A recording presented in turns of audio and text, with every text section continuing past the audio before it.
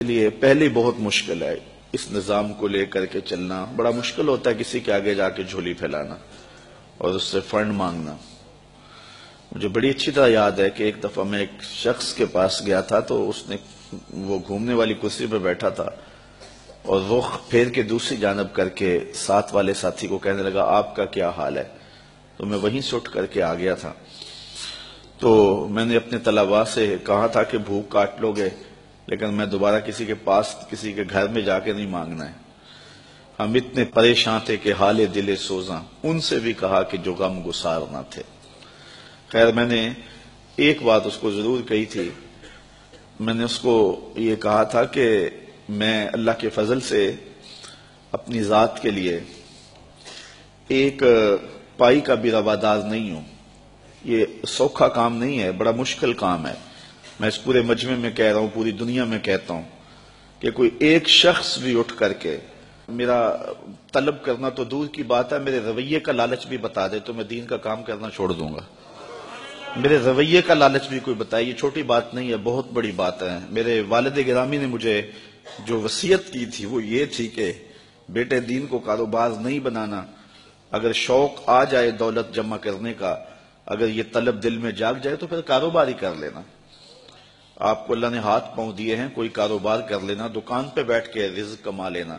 تو دین کو جو ہے وہ روزی کا اڈا نہیں بنانا. تو اللہ کے فضل سے آپ نے میرے رویے سے بھی, میرے طرز زندگی سے بھی یہ بات نہیں دیکھی ہوگی. اور یہ بات کہنا بہت مشکل ہے جب علم کی بولیاں لگ رہی ہوں اور جب 50,000 ہزار روپے کے اندر تقریریں بک رہی ہوں تو ایک بندہ سویر سے لے کے شام تک کالا کالا رسول اللہ کا نغمہ لے کر کے گھومے تو یہ بہت بڑی سعادت ہے. تو میں تو اپنی ذات کے لیے بھی کبھی جو ہے وہ کوئی ہلکا اشارہ بھی کرنا مناسب نہیں سمجھتا ہوں. اور اللہ نے دل کو یہ استغنا کی دولت دی ہے تو میں نے اس کو جو ہے وہ ایک شعر بجوا دیا تھا. میں نے کہا میں بڑا غیرت مند شخص ہوں اور خوددار آدمی ہوں, لیکن میں ان بچوں کے لیے جھولی پھیلانے کے لیے آپ کے پاس آیا تھا. آپ نے جو رویہ میرے ساتھ رکھا, چلو وہ آپ کا انداز ہوگا اور آپ کا بھی شاید قصور نہیں ہے, آپ ایک آنکھ سے سب کو دیکھنے کے عادی ہوں گے. تو میں نے کہا تھا کہ میرے سوال کی عظمت تو دیکھ, میرے سوال کی عظمت تو دیکھ, خیرات نہ دے حسن طلب کی داد تو دے. میں نے کہا یہ دیکھتا کہ ایک شخص کس طرح تیرے پاس آیا ہے تو یہ سعادت مندی اپنے لیے سمجھ لیتا. خیر اللہ تعالیٰ جل شانہ کی بارگاہ میں ہم نے دعا مانگی تھی کہ مالک ہمیں کسی کا محتاج نہ کرنا. یہ سلسلہ جو آپ کے سامنے ہے انشاءاللہ یہ بہت جلد پایا تکمیل تک پہنچے گا. میرے عزیز نے بات کی, آج سے 4 ماہ قبل کی بات ہے کہ ایک پراپیگنڈا کے طور پہ پورے شہر میں یہ بات پھیلا دی گئی کہ یہ جگہ جو ہے یہ بیچ کے کھا گئے ہوئے ہیں. تو مجھے افضل کہنے لگا, میں جمعہ پڑھانے کے لیے ممبر کی جانب جا رہا تھا تو مجھے کہنے لگا کہ آج جمعے میں آپ نے وضاحت کرنی ہے کہ جگہ ہم نے نہیں بیچی ہے, یہ محض پراپیگنڈا ہے. تو میں نے اسے کہا کہ مجھے بتانے کی ضرورت نہیں ہے, حالات آئیں گے تو وقت خود بولے گا. تو یہ ہم کس کس کی صفائیاں دیتے پھرے, لوگ ہمیں گالیاں نہیں دیتے, لوگ کیا کچھ نہیں کہتے ہیں. تو جو کسی کے من میں ہے وہ کیا, کسی نے کہا نصیب اپنا اپنا مقام اپنا اپنا, کیے جاؤ میں خارو کام اپنا اپنا.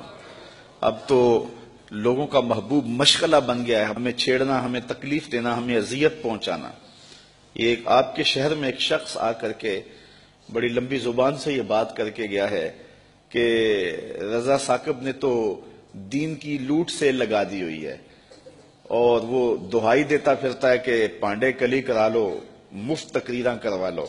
اس نے تو دین کے وقار کو مجروح کر دیا ہے. یہ دیکھو بت کہیں ہمیں کافر خدا کی مرضی. یہ بھی وقت آنا تھا کہ جو دین کو بیچ رہے ہیں وہ کہہ رہے ہیں کہ یہ دین کی لوٹ سے لگا رہا ہے.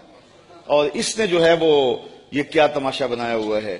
آج جو اپنی تقریر کو 40,000 میں بیچتا ہے وہ کہہ رہا ہے رضا ثاقب نے دین کو بدنام کیا ہوا ہے, یہ دین کے وقار کو مجروح کر دیا ہے, دین کو سستا کر دیا اس نے, اور اس نے لوٹ سے لگائی ہوئی ہے, یہ مفت تقریریں کرتا ہے. تو میں نے کہا صاحب میں کب مفت تقریریں کرتا ہوں, یہ تمہیں غلط فہمی ہے کہ میں مفت تقریریں کرتا ہوں. تم تو 40,000 میں بک جاتے ہو اور میرے سامنے تو بندہ اپنا آپ بیچ دیتا ہے, ساری زندگی پیچھے پیچھے رہتا ہے تم تو 40,000 میں اپنا سودا کر لیتے ہو، وہ تو ساری زندگی نام لگا دیتا ہے۔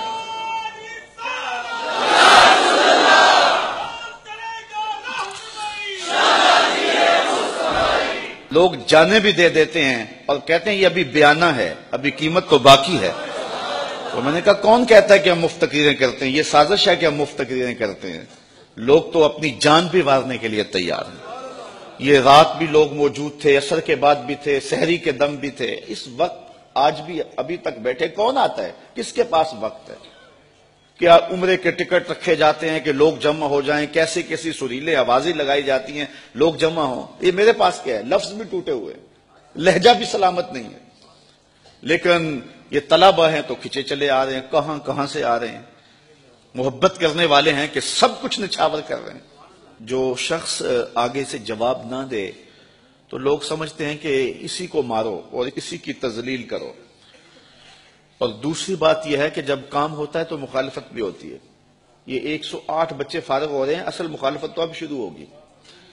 تو مجھے ایک صاحب ذمہ دار ہیں، بزرگ ہیں، تو وہ کہنے لگے کہ کچھ لوگوں کے کنایتم جو ہے وہ ذکر کرنے کے بعد کہ یہ سارے لوگ آپ کی مخالفت کرتے ہیں، آپ کا مقابلہ کر رہے ہیں۔ تو میں نے بڑے حیرت سے کہا میرا مقابلہ تو نہیں کر رہے۔ کہنے لگے نہیں تم بولے آدمی، تمہیں نہیں پتا، یہ تمہارا مقابلہ کر رہے ہیں۔ میں نے کہا صاحب میرا مقابلہ نہیں کر رہے۔ کہنے لگے نہیں تمہیں نہیں پتا، یہ تمہارا مقابلہ کر رہے ہیں، اور کھلے اور کچھ باتیں انہوں نے سنانے چاہی۔ میں نے کہا کیسے مقابلہ کرتے ہیں؟ میں ایک مہینے میں 70 درس دیتا ہوں، اگر یہ 71 دے تو مقابلہ ہونا۔ میں 70 ایک مہینے میں اللہ کی توفیق سے درس دیتا ہوں، اگر یہ جو ہے وہ مقابلہ کرے تو 71 یا 72 دیں تو مقابلہ ہوگا۔ نہیں وہ حجروں میں بیٹھ کے غیبت کرتے ہیں۔ میں نے کہا یہ تو پھر جو ہے وہ مقابلہ تو نہ ہوا۔ تو آج اللہ نے ہمیں توفیق دی ہے کہ 108 طلبہ فارغ ہوئے ہیں۔ اگر کوئی مقابلہ کرنا چاہے ہمارا تو ہمیں خوشی ہوگی کہ وہ 109 فارغ کرے، اور اس سے اسلام کو بھی قوت ملے۔ کاش کے ایسے مقابلے کا ماحول پیدا ہو جائے۔ فاستبقوا الخیرات، اس مقابلے کی ترغیب تو رب نے بھی دلائی ہے۔ نیکی کے کاموں میں ایک دوسرے سے آگے بڑھنے کی کوشش کرو۔ کاش کہ اس طرح کے مقابلے کا ماحول پیدا ہو جائے تو یہ ہمارے لیے خوشی کی بات ہے۔